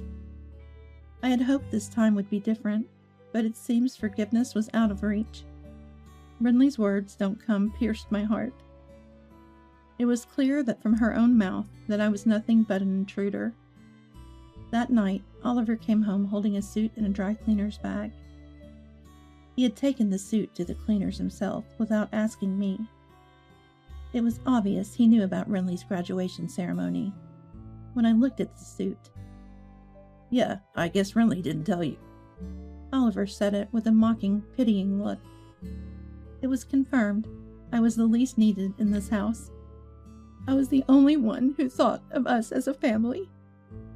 At that moment, I realized my heart had already surpassed its limit. So I decided to end my role in this family. The next day, Oliver and Renly went to the graduation ceremony together. I was left behind. And we'll eat out tonight, so no need to prepare dinner. Oliver even said I wasn't invited. The old me might have forgiven even this treatment, but those days were over today. I decided to leave the house last night. Once they left, I quickly packed my bags, left a note, and left the house. I could no longer be a family with Oliver and Renly. I decided to seek refuge at my parents' house, about 2 hours away by train. There, I would start the process of cutting ties with Oliver and Renly. The note I left stated my intention to sever our family ties, live alone, and that detailed discussion should be made through a lawyer. Although I hadn't found a lawyer yet, I knew Anthony could recommend one. My family home belongs to a lineage of landowners and is well known in the area. Anthony, owning considerable real estate, was a well-known figure. He surely had lawyers in his social circle. I remembered meeting a lawyer during a New Year's Eve greeting at my family home. Another task was selling the house where Oliver and Renly were living. That house, on land owned by Anthony, was built with money he gave as a wedding gift. I had been slowly repaying Anthony with the money I earned from my real estate part-time job, which was also through Anthony's referral. The house, both the building and the land, belonged to Anthony. It was in his name. At the time, Oliver, perhaps thinking the house was a gift, never inquired about the ownership. Probably he was afraid to upset Anthony and lose the gift. Oliver always tried to appear superior in front of those close to him, acting tough towards those he deemed below him, while ingratiating himself with those above. I recounted all this to Anthony, tears streaming down my face. I sobbed uncontrollably, pausing my story many times, but Anthony listened till the end. Tears welled up in his eyes too. What made me happy was that Anthony didn't criticize my decision back then. He simply said, "You've had a hard time." Then, Anthony made several phone calls, and lawyers and real estate agents started coming to the house. Everything happened quickly after that. It was decided that the house would be demolished. The demolition was scheduled for a week later. The note said, "Please leave within a week." Anthony remarked sarcastically, "That's quite generous of you." I just didn't want them to complain later. A week passed as I consulted with the lawyer about the divorce. I shared everything with my mother, Zayla, and we cried together. One moment, Zayla's face turned frighteningly stern, a look I still can't forget. I discussed my future plans with Anthony. Above all, I needed to establish a stable life foundation. It took courage to talk to my parents, and though it was painful, speaking up lightened my heart, allowing me to sleep soundly for the first time in 10 years. A week later, living relatively peacefully at my parents' home, my mobile phone rang. As expected, it was Renly. To be honest, I didn't want to talk. The memories of our past treatment darkened my heart. I decided to ignore the call. However, the calls persisted, increasingly from Oliver as well. They were probably contacting me about the note I left. Maybe they had been informed by the demolition company. Oliver and Renly for 10 years subjected me to verbal abuse and exploitation, an unacceptable treatment for a family. The thought of dealing with them again made me shudder. But I couldn't continue like this. I needed to settle the past properly to move forward. Plus, running away without facing them wouldn't give me closure. After enduring their appalling treatment, it was time for Oliver and Renly to get their due. I braced myself and answered the phone, Hey, where are you right now? As soon as I pressed the talk button, Renly's irritating voice pierced my ears. Her tone was rapid, clearly panicked. Leaving such a ridiculous note. You think you'll get away with this? Where are you? Come back right now. Oliver's voice was also audible. Both were in a frenzy. I imagined Renly returning from the graduation ceremony, returning to find that their stress relief servant had vanished, and a note demanding divorce and evacuation of the house. Anyone would panic, especially on the day of her graduation. I couldn't help but let out a smile at Renly's desperation. Who is this? Renly stuttered at my unexpected response. I hung up the phone. Then, I called the property management company to confirm the demolition date. It was scheduled for tomorrow as planned, and Oliver had been informed. I requested the demolition be posted by a day and asked them to inform Oliver about the delay. A day of grace was given. Oliver would probably come here. That's when I would deliver my retribution to Oliver and Renly. Despite dozens of calls from them, I ignored them all. The next day around noon, I heard the entrance doorbell ring and the sound of knocking. Ding ding! It must be Oliver and Renly. They probably wanted to come earlier, but bad connections could make the journey immensely long. They seemed breathless, undoubtedly in a hurry. I had arranged with Anthony and Zayla to stay in a separate room, so it appeared I was the only one at home. I led Oliver and Renly to the living room. Oliver entered timidly. He was always uncomfortable around my father, Anthony. Anthony, a well-known and respected figure in town, certainly had a presence. To Oliver, he was someone superior. Renly, on the other hand, wasn't intimidated. She seemed determined to overpower me and take me back. Renly lounged in the living room chair, crossing her legs. She silently gestured for me to sit opposite her while crossing her arms. I leisurely prepared coffee, taking my time before sitting across from her. Renly, seeming impatient, addressed me. What's the meaning of this? Oliver, sitting beside her, placed my note on the table. I stared at Renly silently without reacting. Renly averted her eyes, trying to dispel the awkwardness with a laugh. What was that? Who is this? Yesterday? Your acting was pretty bad. I continued to silently gaze at Renly. She squirmed under my stare, continuing uncomfortably.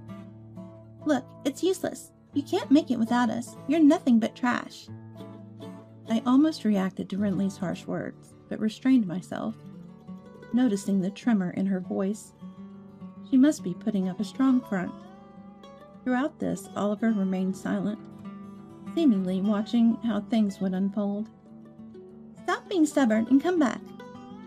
Renly was trying to disorient and drag me back home with her vile words. The more agitated Renly became, the calmer I responded. I don't have a family, do I? Well, I have parents, but you two are not my family, right? Renly, probably feeling cornered, raised her voice. What are you talking about? Dad and I are your family, right, Dad?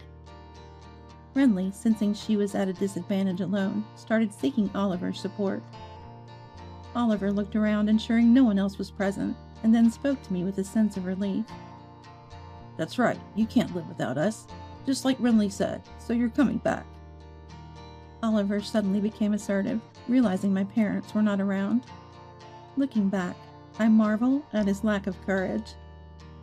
Therefore, I have no family, I answered firmly. No matter what Oliver and Renly said, I would continue to treat them as strangers. They were not my family. If they were, they wouldn't have treated me like a slave. A family supports and helps each other, standing by one another in times of trouble. But Oliver and Renly were different. For a decade, they treated me as a servant, a vent for their stress. They insisted it was normal, oblivious to how wrong and atrocious it was. Unaware, they oppressed me. I'm impressed I endured it for 10 years. I commend myself. It all started with the look in Renly's eyes when I first met her. Bound by the words I imposed on myself to raise Renly into a respectable adult. For this, I tirelessly served Oliver and Renly. That's why I endured until high school graduation. I decided that once Renly graduated high school and became independent, it would be time to draw the line with her and Oliver. Until then, I harbored a faint hope that Oliver and Renly might have a change of heart and treat me differently, and if so, I was willing to continue as a family. But of course, Oliver and Renly shattered my expectations, leading to this situation. Everything was decided by their behavior the day before the graduation. That's why I'm now confronting them with the appropriate attitude. Oliver and Renly are no longer my family. That's why I won't treat them as such. Perhaps realizing the significance of my treating them as strangers, Renly shifted her approach. We're family, right, Mom? Stop with the unconvincing act. She suddenly started calling me Mom. It seems Renly has begun to realize things won't be as they were. Oliver, too, watched nervously as Renly and I interacted. You're not my birth mother, but we've lived together for a long time, so please listen to my request. Renly unfolded her arms and clasped her hands together in front of her, leaning forward from her previously arrogant posture. I don't recall owing a favor to someone who's not family. I responded coldly, suppressing my emotions. Tears appeared in Renly's eyes. She pleaded with a desperate look. Please listen to me. That note you left was a lie, right? You're not really selling the house, are you? That can't be true, because you're part of our family. The way Renly referred to me as Mom was nauseating. And what concerned her was the house. She was anxious about losing the house, though it's true the house will be gone. Is that really what concerns her? It seems that for her, having a place to live is all that matters, regardless of my presence. No matter how much Renly begs, my mind won't change. Renly finally bowed her head, apparently crying. What kind of joke is this? Stop with the insolent attitude now. Perhaps rattled by Renly's tears, Oliver directed aggressive words at me. What's this note about? Come back and stop the demolition now. Oliver, driven by anger, spoke rapidly. That's not possible. It's already decided. I continued to respond with suppressed emotion. You think you can do this to your family and get away with it? That's why I keep saying you're not my family. Neither Oliver nor Renly seems to listen at all. Please stop. Haven't I made it clear? You're not my family. How many times do I have to repeat the same words? Suddenly, Oliver stood up and slammed his fist on the table. Stop messing around. I was so startled, but managed to suppress any reaction. Who's really messing around? After not treating me as family for 10 years, you can't just expect me to act like one now, can you? I spoke more sharply than intended. Anger was welling up inside me. It wasn't visible in my actions, but the rage from deep within was threatening to erupt. I couldn't tolerate Oliver and Renly's selfish actions. They trampled on my decade of hellish suffering and my efforts to overcome it. I had tried to become a family with Oliver and Renly, but they rejected it, mocked it, and exploited it. They will never understand how lonely and painful it was to be ostracized. Despite my repeated wishes to be treated as family, my hopes were never realized. It took me 10 years to give up. Despite my continued efforts to build a relationship with Renly as her mother, it all led to this result. A self-deprecating smile crossed my face. And seeing my dry smile, Oliver and Renly stared at me in shock. Oliver seemed to lose his strength and slumped into his chair. These two, instead of understanding my feelings, tried to use me until the very end. No matter how much I cared for Oliver and Renly, they never cared for me. Even though I valued them, they never valued me. And now, finding themselves in a tight spot, they resorted to using me again. spouting family bonds they never believed in. It was all too convenient. I felt not just a headache, but nausea. Why did I tolerate them for 10 years? Looking back, it's a mystery.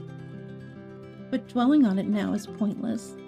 There's no future for me, Oliver and Renly together. All I can do is make Oliver and Renly acknowledge their wrongdoings and pay for them.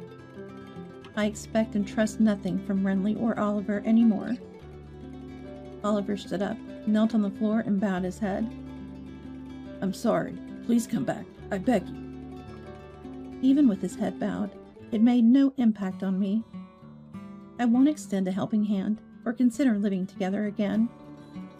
Enough already. I'm no longer your family. I'm a stranger to you. Renly, following Oliver's lead, started apologizing deeply. I'm sorry. Please forgive us. We're family, so I want to go back together. Their arbitrary statements left me dumbfounded. After treating me like a stranger for 10 years, you now say, come back because we're family. Did you really think I'd say yes? You're taking me too lightly. I felt I was losing my calm composure. Carried by momentum, words just spilled out of me. Words I would never have said before began to spill out. Harsh words I had kept to myself out of consideration for Oliver and Renly. I don't want to hear your excuses. I can't trust any of your words. I can never think of us as family again. I placed a document in front of Oliver. It was the divorce papers, already signed by me. Fill out the divorce papers now. I'll take them myself. Write them right here. Oliver shook his head in denial, then showed me a smile. Think it over, all right? I was astonished by his persistence. Such a cowardly man. I had always misinterpreted Oliver's ingratiating smile. The smile he showed when we first met was a sly expression he used when assessing someone, and I had mistaken it for kindness. The thought still infuriates me. I stood up and called for Anthony and Zayla from the back. Anthony and Zayla appeared in the living room. Oliver opened his mouth wide in shock. Anthony. Anthony glared sharply at Oliver. Zayla also had a stern look on her face. Just being glared at, Oliver cowered. I'm terribly sorry. Oliver bowed deeply, making Renly bow as well. We're sorry for the trouble Evelyn's mishap has caused Anthony and Zayla. I thought I had misheard. My mishap? Is Oliver still trying to shift all the blame even now? Anthony looked perplexed, but remained silent. Evelyn just left home on her own. We were only trying to persuade her to come back. Isn't that right, Renly? Oliver was pressuring Renly to agree with his fabricated story. Evelyn's misbehavior. Don't joke with me. Anthony's booming voice echoed throughout the house. Oliver and Renly barely uttered a word, intimidated. Anthony stood in front of Oliver, leaned down to meet his gaze. How can you interpret Evelyn's actions as selfish? You only think about yourself. You're truly a pitiful man. Then Anthony turned to Renly. You two, following this man, have done some terrible things. What did you think of Evelyn, you foolish girl? Again, Anthony's loud voice reverberated. Renly was visibly trembling, probably out of fear. Anthony stood up and glared at them menacingly. Renly, you've been causing trouble at school, too. I've been informed. Indeed, through a detective acquaintance of Anthony, it was discovered that Renly had been extorting money from a fellow female student at school. The victimized student, too scared to confide in anyone, was now under Anthony's support, preparing for a criminal complaint. Renly, who looked down on me, was doing the same at school. Renly exclaimed, "Lies!" and widened her eyes. "Did that person rat on me?" It seemed I was witnessing Renly's true nature. Absolutely no remorse.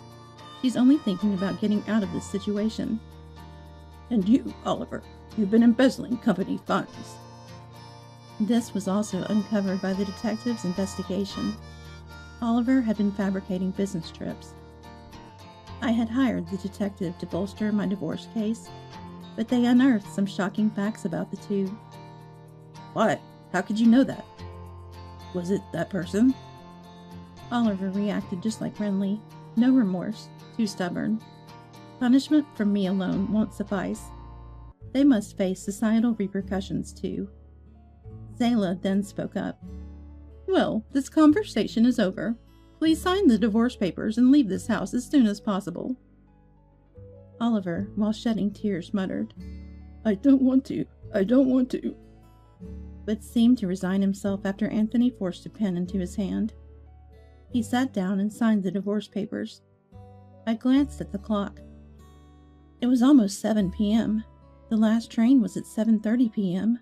Missing it meant no trains until the next morning. In a small town like this, there are no taxis. If Oliver and Renly miss the last train, they won't make it in time for the demolition tomorrow. They probably didn't pack anything, thinking they could persuade me. As I was pondering whether to inform them, Renly suddenly adopted a defiant attitude and said something unbelievable.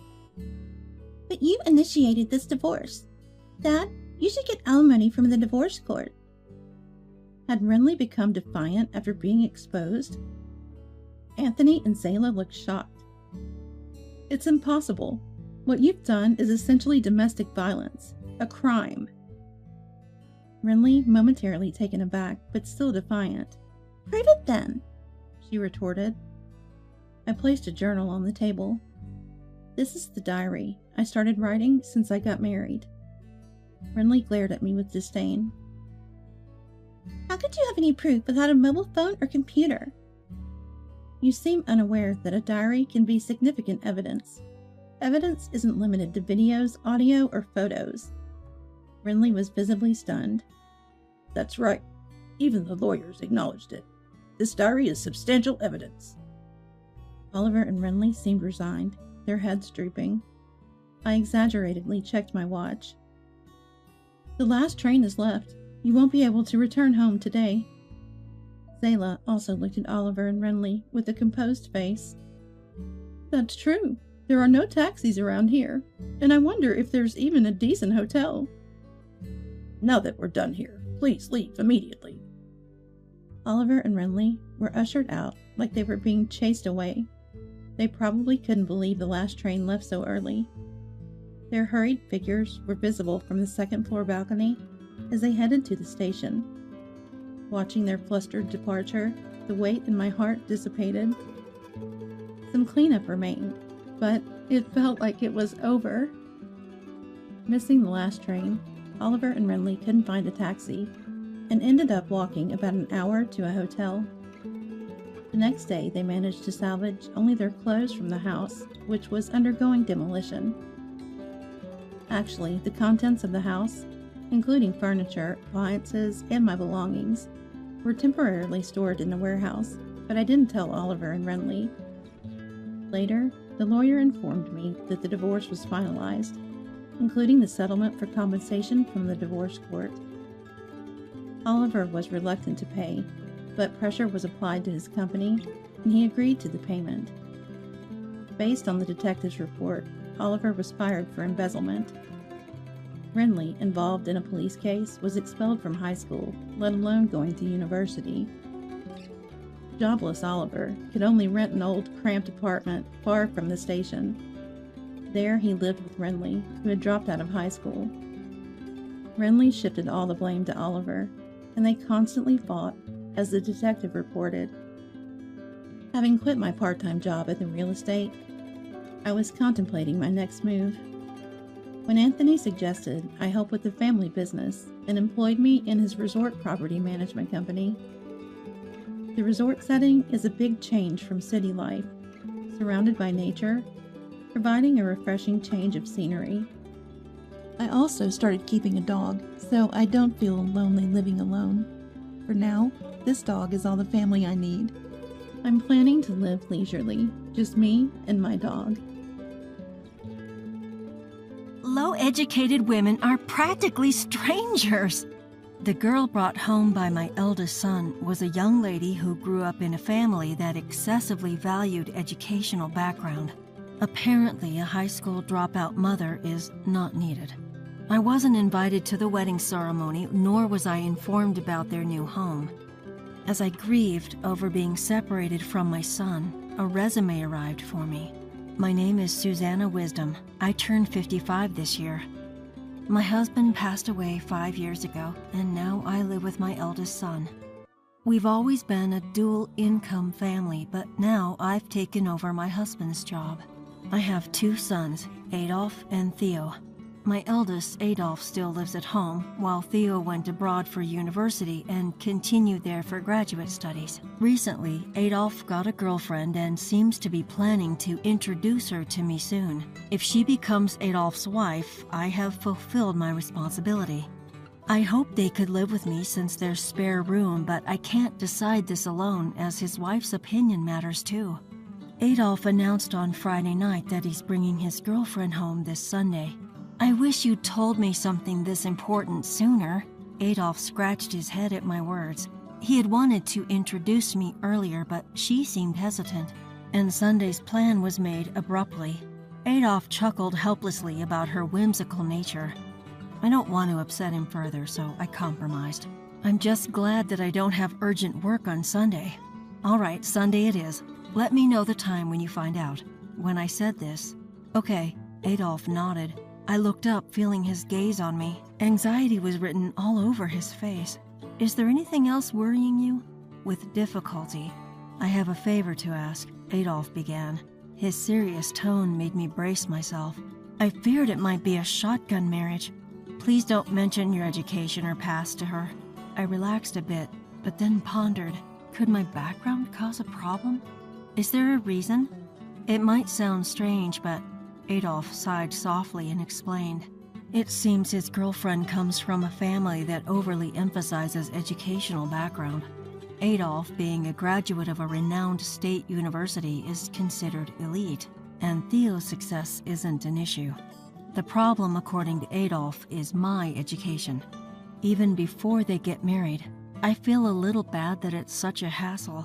It felt troublesome even before meeting her. I wanted to advise against such a woman, but I refrained.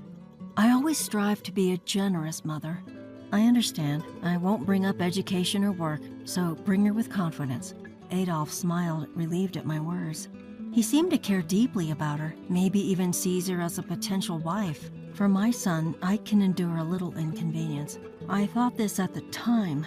On the day of the family meeting, Adolf was restless from the morning, and it rubbed off on me. A breather came only when he went to pick her up. Just before leaving, he reminded me again about not discussing education or career history. I reassured him repeatedly. About 30 minutes later, Adolf returned with her. We exchanged greetings at the door. She was indeed doll-like in her beauty. Adolf has always preferred beautiful women since his student days. Probably love at first sight for her looks. I felt a bit embarrassed for my son. Her name is Cindy Harold. She definitely had the air of a well-bred young lady, subtle makeup and modest dress, perfect for meeting a boyfriend's mother. She even brought a cake from my favorite bakery. Far from the image I had imagined from Adolf's description, she left a great impression. We chatted over the cake she brought. Cindy laughed easily. She could make a good wife for Adolf. She plans to work after marriage and is currently job hunting in administration. Certainly, the mother-in-law and daughter-in-law relationship will be good. Actually, we're planning to have the wedding ceremony in June, Adolf said. Cindy quietly nodded beside him. June is less than 2 months away. We've already reserved the church, Cindy explained. Really? It was natural for me to be surprised, but even Adolf seemed shocked, apparently unaware of the church reservation. Cindy had decided this with her parents. It seemed Adolf had often visited their home. So Cindy's visit to me was after everything was arranged. At the very end, while I didn't feel ignored, I thought it was logical to meet me first. Adolf had already met Cindy's parents, and I felt somewhat dissatisfied. From then on, Cindy led the conversation. Adolf was unaware of many things that came up, like the church, honeymoon destination, guests, and seating, all decided without him. Mostly reflecting Cindy and her parents' wishes, our family wasn't considered. For instance, as Adolf's brother, Theo would want to attend. I thought he could manage to return, but what if he couldn't? Also, I refrained from mentioning Adolf's workplace at his request, but I wanted to invite people who helped him get his job. I might seem old-fashioned, but I have my standing too. If she's marrying Adolf, she should give him more respect. Cindy seemed oblivious to my feelings, proudly sharing her plans. She appeared to believe her decisions were perfect, needing no input. She wasn't selfish, but very determined. Adolf would likely always be led by her. Thinking of the future made me sigh. Then the worst happened. Cindy hadn't visited since her first greeting, and no family meetings occurred. I hadn't met her parents and felt anxious as the wedding neared. When I asked Adolf about the ceremony preparations, are the preparations for the wedding ceremony underway? His vague answers gave no clarity. As the wedding date approached, he avoided me. When I asked if he had contacted Theo, he said he hadn't due to it being last minute. It's all going to be a small family ceremony. That's all Adolf told me. If it's just family, shouldn't we wait for Theo? Otherwise, I might be the only one from Adolf's side attending. I wondered if Cindy had considered this. The details of their post-marriage life were also unclear. Adolf seemed to be packing his things, probably moving out, but he never discussed a new home with me. It all seemed to be happening without my knowledge. It was a Saturday. Adolf left early, saying he had things to do. Normally, he'd sleep in on Saturdays, but he was busy. Maybe it was work-related. That's what I thought. Take care. What time will you be back? I won't be back today. I'm staying over, and I'll be away for a while starting the day after tomorrow. He said this without looking at me in a hurry. Maybe a long business trip. His job often requires them. Maybe he's more motivated since getting engaged. Okay, it's tough, but good luck. I sent him off thinking it was work. Looking back, I feel foolish. Adolf didn't return that night. He came back the next day around noon with Cindy. They both looked tired but happy. It's been a while. Was it a wedding planning meeting? I asked Cindy while serving her coffee, to which she responded with a slightly malicious smile. I was surprised. I hadn't seen her make such an expression. The wedding ceremony was completed yesterday as planned, so no more meetings needed. I was speechless at Cindy's words. The wedding had already happened. Of course, I wasn't there, nor was I invited. I had only heard from Adolf about a small family wedding a few days ago. What do you mean? You're just slow because of your low education, right? Cindy said this in a tone that seemed to reveal her true nature with a mocking smile. Listen, I've always been in famous private schools from kindergarten, elementary, junior, and high school, leading a brilliant life. I graduated from a well-known state university. Naturally, my parents are also elite state university graduates. I was born an elite. Cindy seemed very pleased with herself. You must be surprised your son married such a beautiful, high-educated lady from a top family. I was surprised once, too. What are you talking about? I heard from Adolf. You dropped out of high school. Adolf later told me that, surrounded by Cindy's relatives, he had to talk about my and Theo's education before they let him leave. So you didn't let me attend the wedding because I'm a high school dropout? My voice was surprisingly low. Cindy was unfazed, believing she was absolutely right. Low-educated women are practically strangers, she said with contempt, looking at me as if I were something dirty. Strangers have no right to attend a family-only wedding ceremony. We have no obligation to tell them where we'll live. Please cut ties with Adolf from today. I can't introduce someone with a high school dropout and their family to my friends and relatives. It's too embarrassing. Her cuteness during our first meeting seemed like a lie. I looked at Adolf, who was small and looking down. It was a close call not knowing you were a high school dropout until the end. It's good we prevented it. Cindy seemed pleased with herself as she demeaned me. Finally, she pulled Adolf's arm and left the living room. I was so shocked that I couldn't chase after them and just watch them leave. True to Cindy's words, I wasn't informed of their honeymoon destination or new home. During their honeymoon, movers came to take Adolf's things. When I asked where they were going, "We've been asked not to tell," they said awkwardly. I was so angry, I contacted my friend Shirley, who always helps in both personal and professional matters. After hearing the story, she came right away.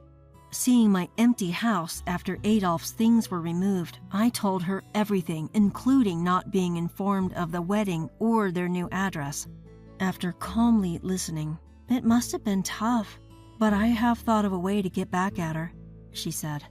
She showed me a document and our counter-attack began. Finding their new address was surprisingly easy. A newly built condominium near Cindy's parents' house was their new home. I was surprised by her preparedness in choosing a place so close to her own home. The condominium, being new, seemed to have many newlywed tenants. "Excuse me, I'm Adolf Wisdom's mother, newly moved into this building." Actually, I introduced myself to the building manager and the coincidentally present owner, explaining my concerns about not knowing where my son was and the treatment I received from his wife. I told them everything about Cindy. The manager mentioned that Cindy was polite when the owner was around, but changed when they were alone. Once, she berated him for being late with the mail, saying, "Low-educated people are so slow, just like your mom." Adolf was there, being scolded too. The owner was surprised that his story matched mine. When I told the story of how they treated me, my now daughter-in-law, as an outsider and didn't let me attend the wedding ceremony, the owner cried with empathy. He sympathized with me, saying he would be scared if his son brought home such a bride. Currently, they're on their honeymoon.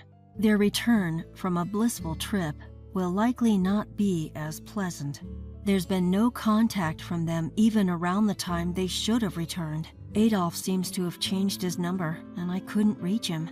I told Theo the situation over the phone. He said Adolf had briefly talked to him, apparently under Cindy's control, and threatened with divorce if he contacted me. According to Theo, Cindy's attitude changed after the trip. Their newlywed life wasn't what he imagined. Cindy, initially friendly, became domineering in the neighborhood, leading to being avoided. Theo said the owner was also troubled by her sudden coldness. "Let me introduce you to our new hires." It was a typical morning meeting at the company. Shirley, the HR manager, began introducing the new employees. "This is Cindy Harold. I might be new to many things, but I'm looking forward to working with everyone." She greeted with a smile, well made up and neatly dressed, likely making a good impression on the male staff. Now a few words from our CEO. As I appeared. "What? Why are you here?" Cindy exclaimed in shock. The room tensed for a moment, but I started speaking anyway. "Nice to meet you, new employees. I am Susanna Wisdom, the CEO. Is something wrong?" "Ha, no way! She's just a high school dropout. She can't be a CEO. She's an outsider. Call the police." Cindy's privileged upbringing was evident in her assertive tone. The employees were stunned by her transformation. "So you're Cindy Harold. I've heard about you from HR." "What? What are you talking about? You have nothing to do with this. Get out of here." Ignoring her shouts, I continued. "I heard you flirted with the male HR interviewer, saying, 'Please give me the job,' and leaning in close." "What? Why are you bringing this up now?" "And then you said, 'I want the easiest job. It's ridiculous for someone with my high education to work hard,' right? If you help me, you'll be part of the elite too. As thanks, I'll introduce you to my super elite parents. You don't get such chances often." Those are the words of someone who doesn't appreciate hard work, still depending on their parents. Quite pitiful. "Stop lying, that's nonsense." Such unprofessional language. "But Miss Harold, are you okay with losing your hard-earned job offer? I heard you've been rejected by many companies." "Oh, job hunting again would be tough, wouldn't it?" "Please don't cancel my job offer, Susanna." The office buzzed at Cindy's words. The CEO's son's wife? She seems odd. Rejected everywhere because she flirted in interviews. I heard murmurs around the room. Despite needing to apologize, Cindy remained arrogant. "I apologize for not inviting you to the wedding and saying low-educated people are strangers," she started saying. "You're incredible for becoming a CEO despite dropping out of high school." I recognize you as an elite and will introduce you to my parents. Your parents? Yes, they're super elite. All my friends, too. If you forgive me, you can join us. She's supposed to be the one apologizing, so why is she being so bossy? Ms. Harold, no need to introduce me to your parents. Instead, why don't you learn about the real world and manners here at this company? You won't cancel my job offer? Thank you. Yes, I've been eager to hire you. Really? You still care about your eldest son's wife? We're family, right? You'll be in HR. HR? That sounds tedious. I mean, I'll do my best. Good. The HR manager is my longtime friend, known as a strict trainer for new employees. A strict trainer? She teaches formal language and manners. You seem to need it, as a person and as a professional. I already know manners, Susanna. I think I'd be more helpful with desk work. No. Someone like you should learn from her. What about being your secretary? I'm the president's daughter-in-law. Better than a complete stranger. You'll pay more than for desk work, right? You're my daughter? I stared coldly at Cindy. Someone who discriminates based on education and takes work lightly isn't my family. I won't make you my secretary. Learn and become someone who doesn't trouble society. That's the best thing you can do right now. What? I'm being polite here. What's with that tone? Just because you're the CEO doesn't mean you're better than me with my higher status. This discussion is over. Let's all work hard today. Wait, we're not done talking. Being pampered since childhood, it must have been humiliating for Cindy. Her whining continued, but I returned to my CEO's office. I thought Cindy would try to improve herself, but she quit within a week. She was fired for continuous, unexcused absences without even submitting a resignation letter. I scolded Adolf, saying if he thinks his behavior is normal, then he's been influenced by Cindy's irrationality. Unusually for me, I raised my voice, and Adolf seemed to finally realize. Calling me a stranger for being a high school dropout, I just treated her as one. It's Cindy's responsibility for lacking social skills and humanity. To this, he said, "Yeah, you're right." Adolf nodded. He said that Cindy's parents continued to stay at their new house, constantly speaking ill of me. "I'm getting a divorce," Adolf declared and returned the next day with his belongings. He shut the front door in front of a crying, pleading Cindy. Her parents scolded her for getting divorced so soon after the wedding, and now she's isolated in the new house. Adolf was like a deprogrammed person back to his former dutiful self. While I want him to be independent and married, having both sons back home for a while is a joy. A little more time just as a family won't hurt.